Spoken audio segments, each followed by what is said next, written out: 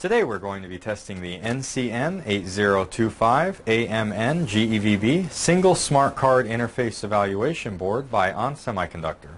The equipment we'll be using today is, first we'll have our laboratory DC supply. We're going to have two 5-volt sources going into our board. So we have channel 2 at 5 volts and channel 1 at 5 volts. We're also going to be using a waveform generator. And this is going to be set to a frequency of 100 kilohertz. Our amplitude will be 3 volts peak to peak with a 1.5 volt offset. So basically our high level will be 3 volts, low level 0 volts. And we're going to be using a square wave. We will also be using an oscilloscope.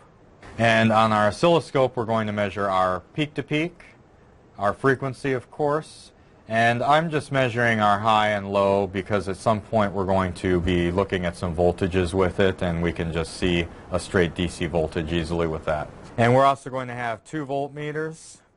The voltmeter on the left is going to be our CMD-VCCB voltage output, and our voltmeter on the right is going to be our CVCC voltage output. For our connections to the board, first thing we want to do is make sure that we have PRES / always connected to ground, and that will remain connected to ground through the entire test procedure. Next, we're going to make sure that our CMD-VCC / switch is set in the 1 position to begin. We are also going to place jumpers on J4 and J3. Our 2 voltmeters, which you saw in our setup, the one on the left, once again, is going to be connected right here to CMD-VCCB.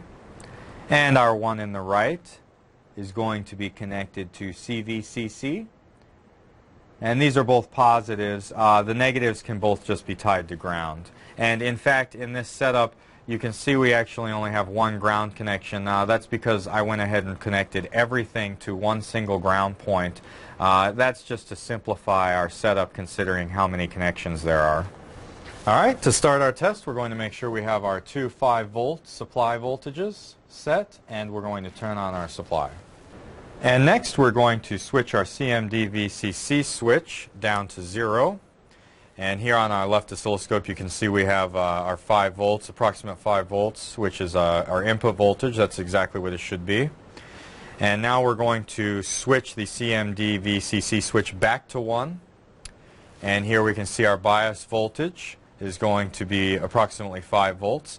Now we can switch our V-Select 1 and V-Select 0 switches and set up our CVCC voltage to any one of the voltages according to the table which is supplied in the test procedure.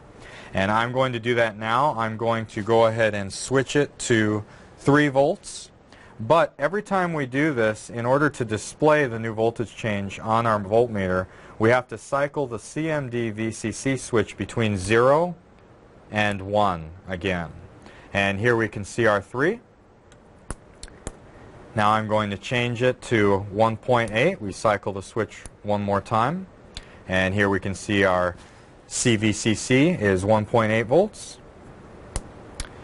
And back to 5. And now for our second section of our test procedure, we're going to connect our function generator, our waveform generator right here into our clock external SMB connector. And we are also going to connect our oscilloscope probe to our CLK right here. And then the ground of the oscilloscope probe, of course, can just be connected to any ground bar on the board. Okay, and now we're going to take our function generator and turn on our output, of course using the settings that we had discussed before. Alright, now that we have our waveform going into our SMB connector, we're going to go ahead and toggle once again CMD-VCC from 1 to 0 and then back up to 1. And on our oscilloscope we can see that we have our output waveform. It should be noted that the 5 volts peak to peak is actually what our V-Select 1 and V-Select 0 is set at the moment. And of course we have our output frequency of 100 kilohertz. Now, as the table in page 2 of the test procedure shows, clock divide 1 and clock divide 2 switches can be switched in order to change our output frequency on our CLK output. So I'm going to go ahead and do that now. Here's 12.5 kilohertz. Here's our 25 kilohertz, 50 kilohertz, and 100 kilohertz, which of course lines up with our table on page 2, which basically gives us a divide by 1, divide by 2, divide by 4, and divide by 8. Now, our voltage can also be changed using V-select 1 and V-select 0, just as we did before. I'm going to go ahead and do that right now, but you should note that once again, each time you have to cycle the CMD-VCC switch. So there's 3. There's our 1.8, and then back up to 5. And for the final part of our test procedure, we're just going to check the soldering connections on each one of these outputs that I'm pointing to here. And we're going to do that either with a voltmeter connected between ground and one of these outputs, or in this case, we're just going to go ahead and use our oscilloscope. Okay, so first we'll measure our first test point, in this case test point 8. And here we can see we have approximately our 1.8 volts. Once again, this is because our V-select 1, V-select 0 switches are set for 1.8 volts. Just to make this a little more readable, I'm going to go ahead and set it back to 5 volts. And here's our approximate 5 volts on the output. Test point 9, once again 5 volts. Test point 7, once again 5 volts. And these should all come up to be about 5 volts, or about whatever our V-select 1, V-select 0 switches are set for. And our test point 11, our ST, once again, approximately 5 volts. This concludes the test of the NCN8025AMNGEVB Single Smart Card Interface Evaluation Board.